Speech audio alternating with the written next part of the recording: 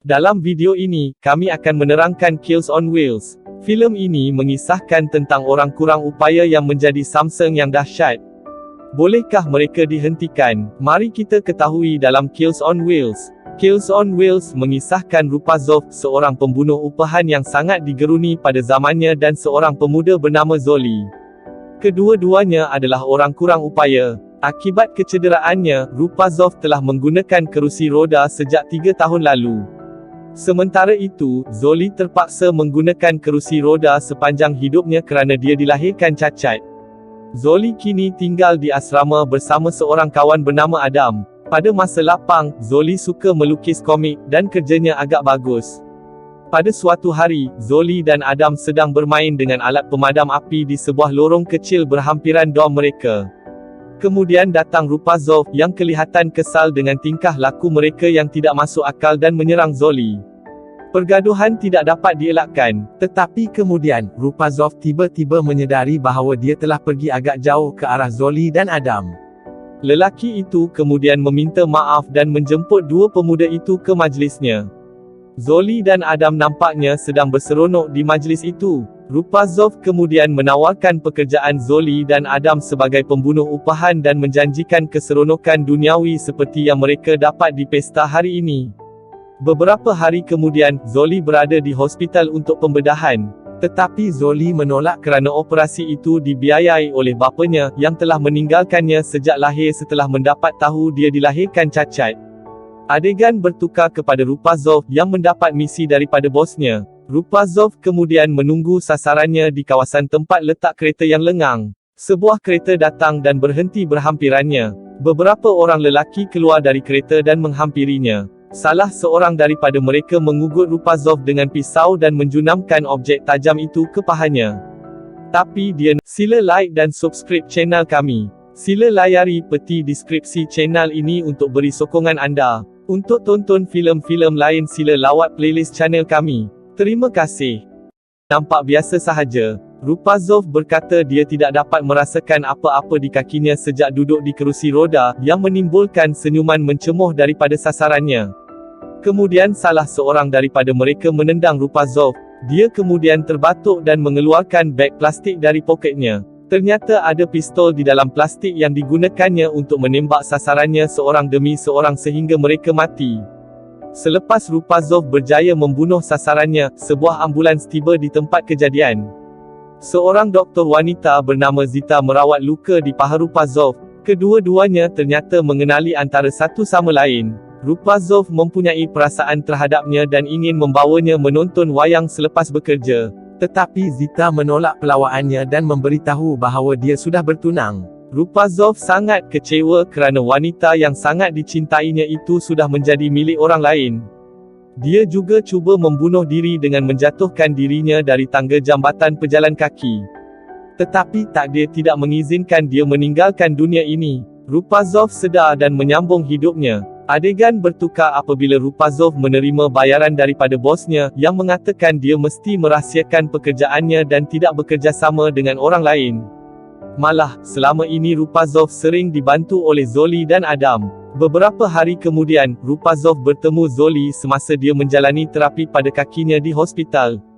Rupazov memberitahunya untuk tidak membantunya lagi dan memutuskan kerjasama mereka. Tetapi Zoli enggan dan berkata dia masih akan bekerjasama dengannya. Zoli kemudian menegaskan bahawa dia tidak akan menerima wang yang diberikan ayahnya kepadanya, walaupun ibunya telah memujuknya berulang kali. Selepas dia selesai melatih kakinya, Rupazov menunggu Zita di hadapan hospital. Dia ingin menghadiahkan sekuntum bunga ros kepada wanita yang dia cintai, tetapi tawar hati selepas melihat Zita bersama tunangnya. Selepas itu, Rupazov mendapat pekerjaan untuk membunuh seorang pegawai. Dia merangka muslihat untuk membunuh pegawai itu semasa makan tengah hari di sebuah restoran yang terletak di tepi lebuh raya. Rupazov menunggu di seberang jalan manakala Zoli dan Adam mengamankan keadaan di pihak yang bertentangan untuk memudahkannya melakukan tindakannya.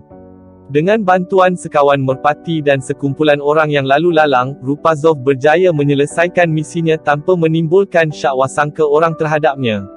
Semasa menyeberang jalan, pegawai itu tiba-tiba rebah, dan badannya berlumuran darah. Pengawal peribadinya sibuk mencari penembak itu, tetapi tiada siapa yang akan mengesyaki 3 lelaki kurang upaya berkerusi roda. Mereka bertiga segera meninggalkan tempat kejadian. Rupazov kemudiannya bertemu dengan Zita semasa menaiki bas.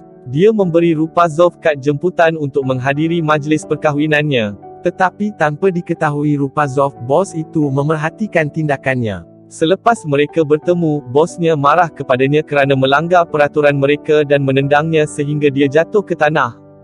Bos memberinya satu peluang untuk menebus kesalahan.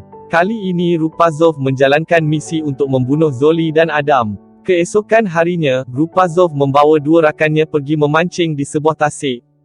Walaupun menghadapi kesukaran melalui padang rumput untuk sampai ke destinasi, mereka bertiga akhirnya tiba di tasik dan mula memancing. Adam kelihatan sangat gembira apabila umpan itu dimakan dan meminta bantuan menarik tali. Daripada membantu Adam, Rupazov menolaknya ke dalam tasik. Selepas itu, Rupazov membuang Zoli ke dalam air dan berhasrat untuk meninggalkan mereka. Tetapi Rupazov tidak mempunyai hati untuk membiarkan rakan-rakannya lemas. Akhirnya, dia terjun ke dalam tasik untuk menyelamatkan Zoli dan Adam. Selepas mereka semua kembali ke jeti, Rupazov beralasan bahawa ia adalah gurauan. Buat pertama kalinya, dia gagal menyelesaikan misi yang diberikan kepadanya. Selepas pulang dari tasik, Rupazov menjemput rakan-rakannya untuk berpesta di rumahnya. Dia kemudian memberitahu mereka tentang Zita dan betapa dia menyayanginya. Rakan-rakan Rupazov ingin membantunya mendapatkan Zita kembali. Mereka juga membuat rancangan. Keesokan harinya, 3 teman wanita Rupazov membawa lelaki itu dan menyandarkannya pada kenderaan, membayangkan bahawa dia boleh berdiri dan tidak perlu lagi menggunakan kerusi roda.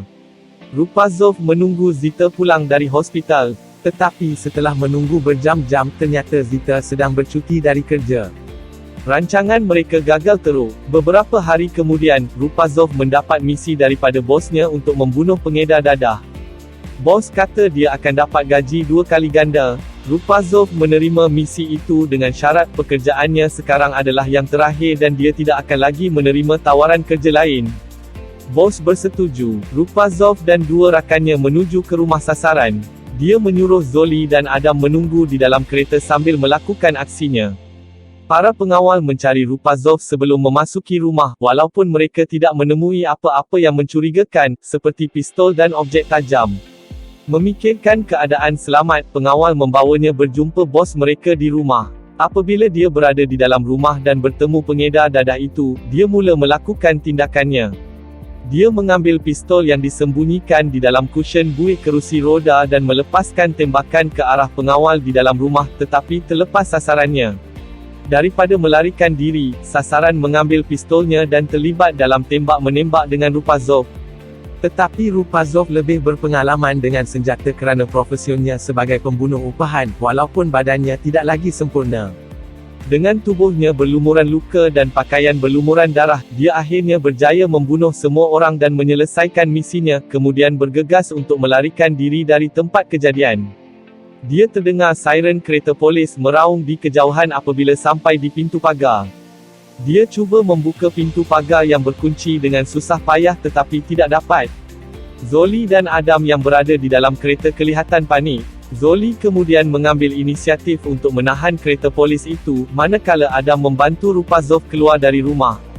Mereka bertiga berjaya melarikan diri. Selepas itu, Rupazov bertemu bosnya untuk mengutip bayaran kerjanya. Luar biasa, bos membawa Rupazov untuk memandu ke suatu tempat. Mereka berdua tiba di sebuah gudang kosong. Rupazov merasakan ada sesuatu yang tidak kena dengan tindakan bosnya kali ini kerana ada tali yang tergantung. Ternyata bosnya sedang akan muslihat Rupazov. Dia tahu bahawa rakan-rakannya masih hidup. Bosnya berang dan kecewa terhadapnya kerana dia telah mengkhianati kepercayaannya. Dia memaksa tali kekang di leher Rupazov, kemudian mengeluarkan kerusi rodanya dan meninggalkan pembunuh upahan itu sendirian. Rupazov cuba bermati-matian untuk melonggarkan tali lehernya sambil memegang hujung kaki kasut untuk mengelakkan dirinya daripada sesak nafas. Dia cuba mencapai kerusi rodanya yang tidak jauh dari capaiannya. Namun segala usaha masih tidak membuahkan hasil. Setelah hampir berputus asa kerana usahanya sia-sia, simpulan tali yang melilit lehernya akhirnya longgar sedikit. Dia mengeluarkan tali dari kepalanya dan berjaya bertahan. Tiba di rumah, Rupazov segera mengumpulkan rakan-rakannya, merancang membalas dendam kepada bos yang telah pergi terlalu jauh. Beberapa hari berlalu, Rupazov menghadiri majlis perkahwinan Zita ditemani oleh Zoli dan Adam. Dia kelihatan segak dengan kot putih dan rambut yang diikat kemas. Rupazov juga meluangkan masa untuk mempamerkan kemahiran menyanyinya yang mendapat pujian ramai orang termasuk Zita. Dia sebab, tetapi kemudian, Rupazov tiba-tiba mencium Zita, dan suaminya terbakar dengan cemburu. Selepas pesta itu selesai, suami Zita dan rakan-rakannya membelasah Rupazov kerana perbuatannya terhadap isterinya. Zoli datang untuk membantu Rupazov. Dia mengugut suami Zita dengan pistol kemudian membawa Rupazov pergi dari situ. Beberapa hari berikutnya, Rupazov melancarkan dendamnya terhadap bos. Dia dan Zoli melawat rumah selamat bosnya, masuk secara terang-terangan, manakala Adam mengintai dari luar. Rupazov berkata bahawa dia ingin mengutip gaji dari misi sebelumnya yang tidak dibayar oleh bos. Tetapi bosnya mengelak daripada membayar gajinya, dan mengancamnya bahawa dia akan melepaskan anjingnya untuk menyerang Rupazov dan Zoli. Rupazov kemudian mengeluarkan pistolnya dan melepaskan tembakan ke arah alat pemadam api di atas meja berhampiran bosnya. Anjing-anjing itu berlari keluar. Bos kemudiannya dengan pantas menyerangnya sehingga pistol itu jatuh. Dia berulang kali menikam Rupazov dengan pisau. Zoli berjaya mendapatkan pistol Rupazov, tetapi dia tidak membantu pasangannya dan membiarkan bos membunuhnya hingga mati. Zoli kemudian membunuh bos. Dia mengambil semua wang kepunyaan bos dari peti besi, yang kemudiannya akan digunakan untuk kos pembedahan kakinya, dan kisah pembunuh kerusi roda itu berakhir. Ternyata keseluruhan kejadian yang melibatkan Rupazov setakat ini hanyalah cerita rekaan daripada buku komik oleh Zoli. Dia mencipta watak ayalan bernama Rupazov, yang mempunyai rupa bapanya dan seorang yang kurang upaya seperti dirinya. Zoli tidak pernah bertemu bapanya seumur hidupnya. Dia hanya menyimpan foto bapanya, yang serupa dengan Rupazov, dan mendapat inspirasi untuk membuat komik yang melibatkan bapanya dan dirinya. Tanpa disangka, komik tersebut ternyata diminati ramai orang dan berjaya dilihat oleh penerbit untuk mencapai kejayaan yang besar. Zoli juga menghantar salinan komik Rupazov kepada bapanya sebagai kenang-kenangan. Filem itu tamat. Terdapat banyak pengajaran yang boleh diambil daripada filem ini, seperti cara melayan orang kurang upaya yang berada di sekeliling kita. Sosok Rupazov adalah paradigma yang mematahkan andaian kebanyakan orang bahawa orang kurang upaya adalah lemah dan tidak berbahaya. Namun, mereka boleh menjadi sangat berdikari dan mempunyai kebolehan melebihi orang biasa. Watak Zoli menunjukkan bahawa orang kurang upaya juga boleh mempunyai impian dan bekerja keras untuk mencapai matlamat dan keinginan mereka.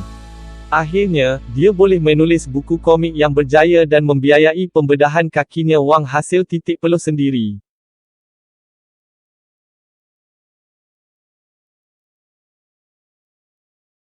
Sila layari peti deskripsi channel ini untuk beri sokongan anda. Sila like dan subscribe channel kami. Kami terus berusaha untuk upload filem-filem yang menarik dalam channel kami. Selamat menonton dan terima kasih.